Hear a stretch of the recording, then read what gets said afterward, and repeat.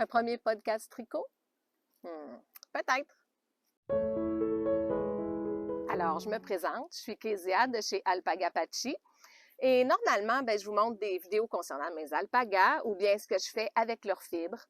Mais aujourd'hui, j'avais envie d'essayer quelque chose d'un petit peu différent. Là, je suis dans l'enclos des garçons. Fait que ça se peut qu'on les voit se promener un petit peu autour. J'ai quelques petites gâteries ici là, pour les attirer, que vous les voyez un petit peu. Eh bien, c'est ça. Comme je vous disais aujourd'hui, quelque chose d'un peu différent. Je vous présente mes derniers projets, un petit peu comme un podcast. Par contre, je n'ai aucun projet tricot en cours et je vous expliquerai un petit peu plus tard dans la vidéo pourquoi. Il y a une bonne raison à ça.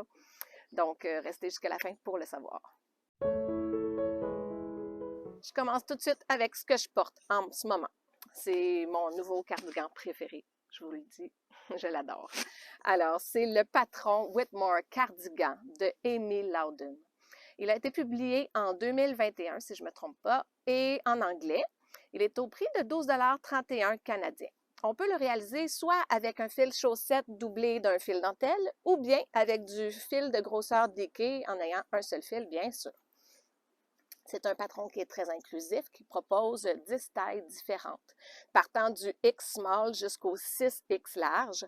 Donc, ça peut partir d'un tour de poitrine de 32 pouces jusqu'à 61 pouces de circonférence.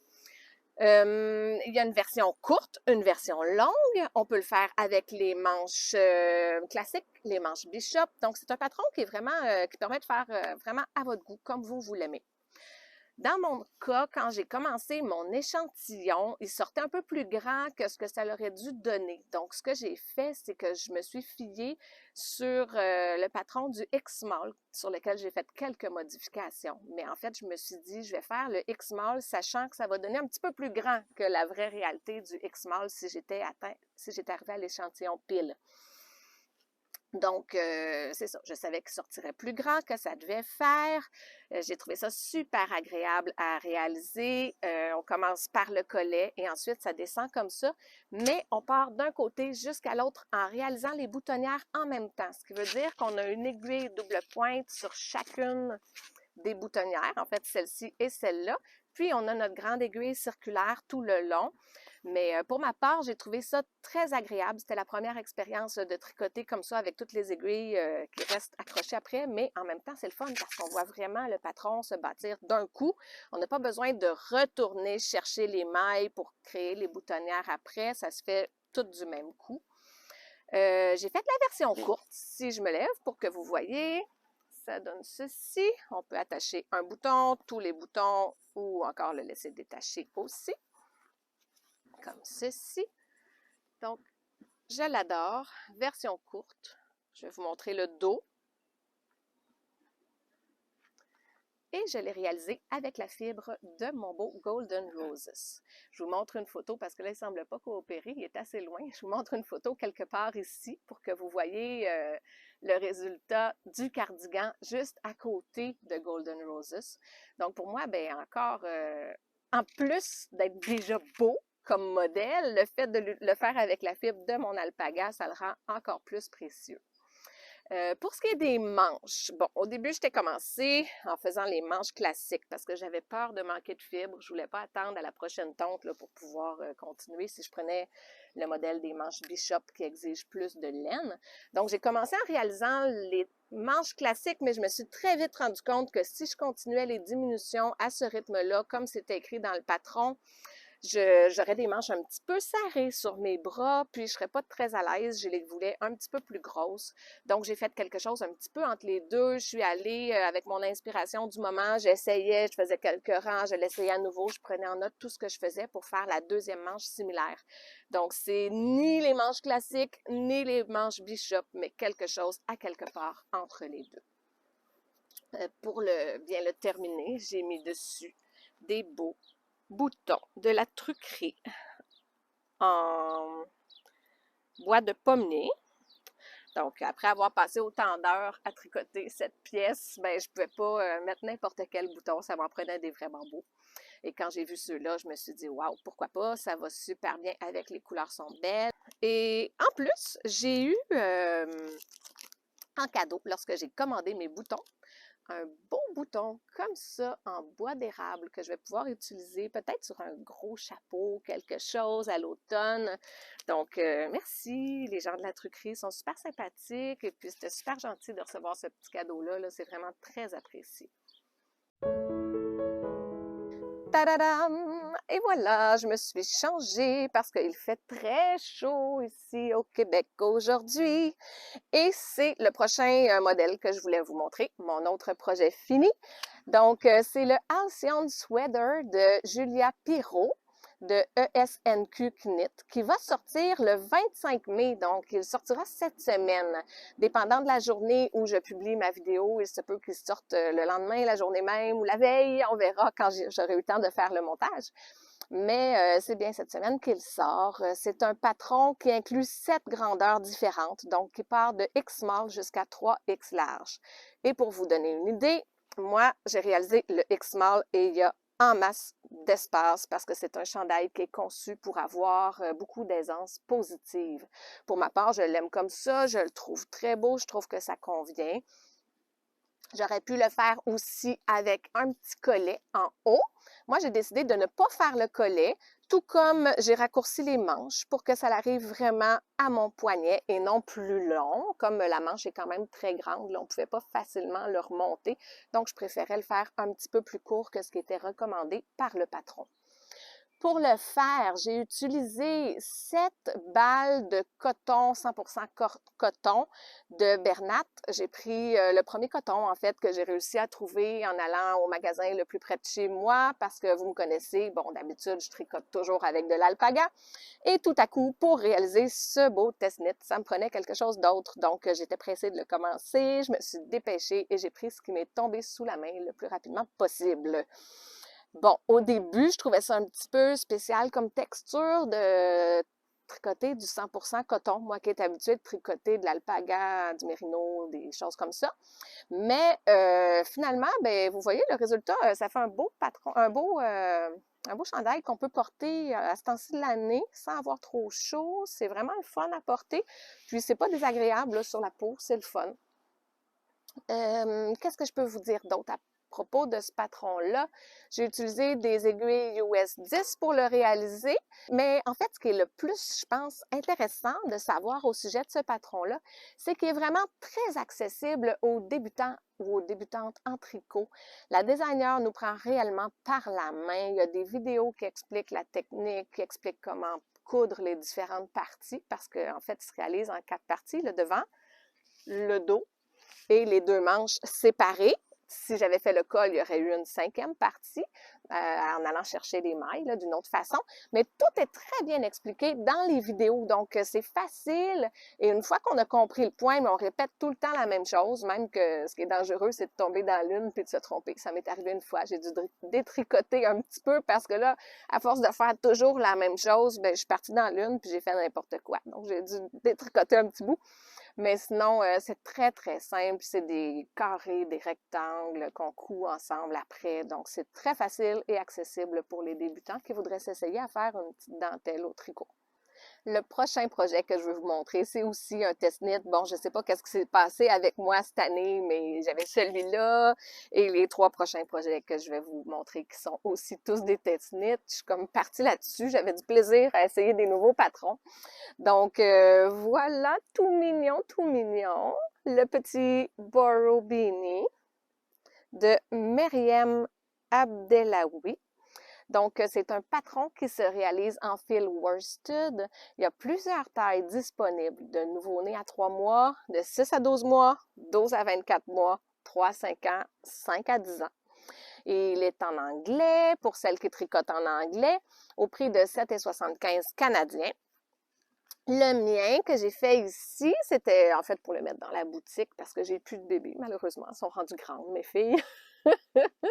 Donc, j'ai fait la grandeur nouveau-né à 3 mois, ce qui exige très peu de fibres. En fait, j'ai utilisé 21 grammes de fibres fauves, celle-ci, et puis 10 grammes de fibres qui étaient blanches au départ. Là, on le voit peut-être pas beaucoup, mais il y a une petite couleur dedans. En fait, je me suis amusée à faire de la teinture naturelle à l'avocat. Donc, ça lui a donné une petite couleur. Je trouvais ça cute d'utiliser ça. Puis c'est tout naturel, tout doux pour un bébé. C'est parfait. Donc, voilà. Ça prenait très peu de laine, facile à réaliser avec des aiguilles US 6, 7 et 8 selon la partie où est-ce que vous êtes rendu dans le bonnet. Ça se tricote rapidement et ça fait un beau petit bonnet. Ça peut faire pour celles qui attendent des petits bébés ou encore faire des beaux cadeaux. Mais moi, j'ai pas de bébés qui s'en viennent dans mon entourage. Donc, voilà. Le prochain projet que je veux vous montrer, c'est un autre test-knit, comme je vous disais tout à l'heure, le Loro Col. Je vous le montre de plus près, comme ceci. C'est un patron de Alison Potterack.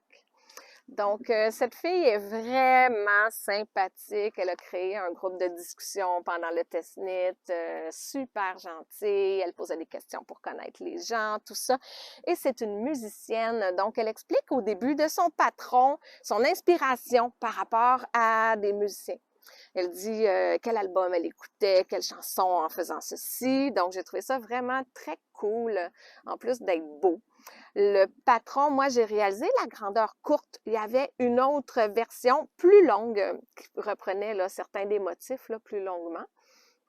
Donc, il se fait en 2 couleurs. Pour ma part, ben, j'ai été avec ma fibre d'alpaga, du brun comme ceci, et puis la fibre de opale. Donc, je me rappelle plus, là, j'ai pas mes notes avec moi, je me rappelle plus le nombre de grammes exact que j'ai utilisé, mais je sais que dans le patron, elle recommandait 50 grammes de la couleur 1 et 16 grammes de la couleur 2 pour faire la version la plus petite. Ça serait à vérifier, là, le nombre de grammes que moi j'ai utilisé. Ce que j'ai beaucoup aimé de son patron, c'est qu'on y retrouve la charte pour le dessin, pour savoir en fait quand est-ce qu'on met quelle couleur dans notre tricot, mais il y a aussi la charte inversée. Ce qui veut dire que si on fait le fond pâle avec les couleurs du motif foncé, la couleur contrastante, bien on peut suivre le modèle où la couleur du fond est pâle et le modèle la couleur contrastante est foncée. Et si on fait l'inverse, eh bien, on a une autre charte avec les couleurs inversées. Moi, j'ai trouvé ça super pratique parce que c'est vraiment visuel. Tu sais, on le voit puis on sait où est-ce qu'on s'en va. C'est un tricot qui est addictif. À chaque fois que j'avais fini une section, ben j'avais le goût d'entamer la prochaine. Puis une fois qu'elle était commencée, ben je pouvais plus m'arrêter tant que j'avais pas fini. Si j'étais par exemple ici, ben là, je pouvais pas arrêter de tricoter tant que j'avais pas fini ce dessin-là. Là, je pouvais aller faire d'autres choses. Une fois que je partais ici, ben ça me prenait le dessin au complet avant d'aller faire d'autres choses. Donc, c'est vraiment addictif. Ça se tricote super rapidement. Alors, voilà pour le Loro Cole. Et ensuite de ça, quand j'ai vu qu'elle sortait le Loro Hat et qu'elle lançait un autre test-knit, ben qu'est-ce que j'ai pu faire? C'est donner ma candidature encore une fois parce que je ne pouvais pas passer à côté. Je venais de faire le col que j'avais beaucoup apprécié, donc ça me prenait aussi le chapeau. Le col, il va partir bientôt. C'est un cadeau, en fait, que je vais offrir à quelqu'un qui regarde probablement pas mes vidéos. Donc, j'espère que cette personne-là ne l'aura pas vu ou bien va le recevoir avant de voir la vidéo. Mais le chapeau, le voici. Cette fois-ci, il y a 3 grandeurs. Moi, j'ai réalisé la plus grande. Si je le mets sur ma tête, vous allez voir qu'il est très grand pour moi. Là, ça fait un petit peu, là, ça replie en arrière. Mais bon, quelqu'un qui aurait une plus grande tête pourrait peut-être le porter là, plus serré au niveau de la tête. Moi, j'aime beaucoup le look, loose comme ça. Voilà. Aujourd'hui, c'est beaucoup trop chaud pour le porter. Mais bon, je l'adore pareil. Et qu'est-ce que je peux vous dire au sujet de ce chapeau? Eh bien, un peu comme le col, il y a vraiment les 2 chartes. La charte avec les couleurs foncées au fond, la charte avec les couleurs claires au fond. Donc, c'est facile à suivre, bien expliqué. Le résultat est beau, ça se tricote rapidement avec du fil DK. Cette fois-ci, j'ai utilisé le fil brun et le fil de mon beau Golden Roses pour faire les motifs. Comme ça n'allait pas à la même personne à qui je donne le col, c'était pas grave si c'était pas exactement la même couleur. Parce que, bon, quand il fait pas très clair, on s'en rend pas compte. Mais ici, au soleil, on voit bien qu'il y a une différence là, entre les 2 couleurs. Mais bon, c'est pas pour la même personne, donc c'est pas grave. Le patron est en anglais au coût de 6 $ US, donc 8,45 canadiens. Moi, j'ai utilisé pour le chapeau à la plus grande grandeur 86 grammes de ma couleur de fond, 100% alpaga, et un 32 grammes de couleur contrastante pour faire tous ces beaux petits motifs-là dessus. Voilà, si je le place à la lumière, on le voit mieux. Alors, c'est ce qui complète les projets terminés dont je voulais vous parler aujourd'hui. J'en ai beaucoup d'autres que j'ai déjà fait avant par le passé, que je vous montrerai pas aujourd'hui pour pas faire un épisode trop long. C'est juste le premier, donc un petit essai. Et puis les autres, je pourrais vous les présenter au fur et à mesure tout en vous présentant mes prochains nouveaux projets finis aussi en même temps. Par contre, en ce moment, je peux vous présenter 0 projet en cours. La raison est bien simple, c'est qu'en ce moment, au mois de mai, ici, chez Alpaga Apache, on est dans le temps de la tonte. Donc, c'est le moment où on tond nos animaux, on le fait nous-mêmes. C'est mon mari qui tond, moi je ramasse les poils, on fait ça en équipe, en famille ou entre amis. Eh bien, ensuite de ça, j'amène toute cette belle toison-là sur ma table de tri à l'atelier. Et puis là, à un moment donné, il n'y a plus de place, donc j'en mets à d'autres endroits. Mais cette année, j'ai décidé que non, c'est pas vrai que ça va durer des semaines, cette étape. Donc, je ne commence en fait aucun nouveau projet jusqu'à ce que j'ai terminé de minimalement nettoyer mes toisons. Donc, pour vous donner une petite idée, j'ai filmé hier ou avant-hier dans mon atelier de quoi ça avait l'air alors que j'étais en train de nettoyer la toison de notre belle Gracia. Je vous montre un petit extrait. Alors, nous voilà dans mon atelier qui est tout à l'envers en ce moment parce que j'ai la cardeuse, des bacs avec des toisons que j'ai fini de nettoyer, de carder. Ici, c'est la toison de Gracia qui est à moitié triée et nettoyée et l'autre moitié qui est encore sur la table de tri. Et j'ai pas fini. Il me reste des sacs, il me reste d'autres toisons et des animaux même pas encore finis de raser. Bon, maintenant, on est rendu lundi. C'est un jour de congé aujourd'hui. Alors, j'ai beaucoup avancé. Cette toison est terminée. La suivante est terminée. En ce moment, dans celles qui ont été tondues, il m'en reste seulement une à nettoyer que je vais commencer ce soir. Et puis, il me reste encore des animaux qui ne sont pas tondus. Donc, que je vais devoir aussi nettoyer leurs belles fibres. Avant de vous laisser, je pense que je vais faire un petit tour ici pour vous les montrer un petit peu. Vous allez pouvoir voir les différences entre ceux qui sont tondus et ceux qui ne le sont pas et où est-ce qu'on est rendu ici. Alors, nous voici dans l'enclos des grands garçons. Vous voyez derrière moi Golden Roses, qu'on appelle souvent Gunzi, le papa de Miski. Vous voyez Inti, qui va avoir 2 ans cet été, qui est né chez nous. Chaski, qui lui va avoir 3 ans. C'est le premier bébé qui était né chez nous ici. Donc, vous voyez que nos grands garçons n'ont pas encore été tondus. Donc, un gros travail qui m'attend. Ça devrait se réaliser probablement le week-end prochain. Nous voici maintenant dans l'enclos des filles. Vous voyez ici, c'est Réglisse qu'on a rasé. La grande Gracia qu'on a rasée. Ici, c'est Diva, qui n'a pas encore été tondue. C'est la prochaine sur la liste. On est supposé de la faire cette semaine. Et hop, Opal, qui a été aussi tondue. Et toi, mon bébé? Viens. T'es où? Ah, coucou, le petit Miski. C'est le premier qu'on a tondu cette année et sa fibre est déjà toute nettoyée et cardée déjà. Elle est prête à filer. Un beau projet. Coucou! Donc voilà, on vient de faire le tour de tout ce que je voulais vous montrer aujourd'hui. Le prochain vidéo, est-ce que ce sera un podcast? Est-ce que ce sera une vidéo sur la fibre, sur les alpagas? J'en ai aucune idée pour l'instant. Je vais tout organiser ça prochainement. Mais quoi qu'il en soit, si vous avez aimé cette nouvelle formule que je vous ai proposée aujourd'hui, eh bien, n'hésitez pas à m'écrire un petit commentaire pour me le mentionner. Ça va me faire super plaisir. Mettez-moi un petit pouce en bas et puis je vais vous répondre avec plaisir. Et je vous dis à la prochaine!